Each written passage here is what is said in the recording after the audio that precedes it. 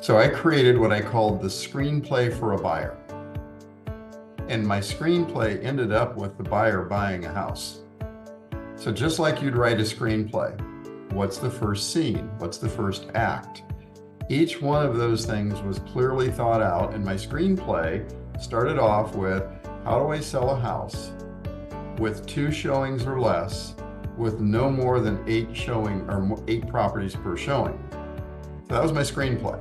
I wanted to write a screenplay, and my initial clients were my audience. They were my test subjects.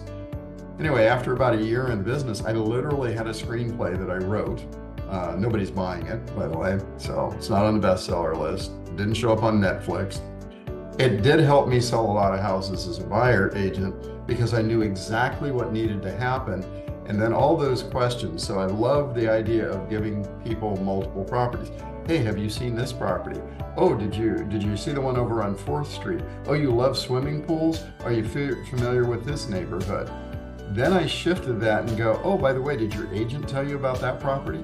Did your agent show you that one? Has your agent driven you through that neighborhood? And when I flipped that script, I didn't have to say anything bad about their agent.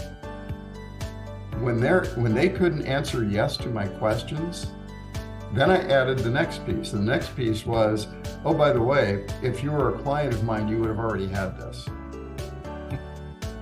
Then that led to the question, and my objective was, how do I get them to ask me how they could become a client of mine?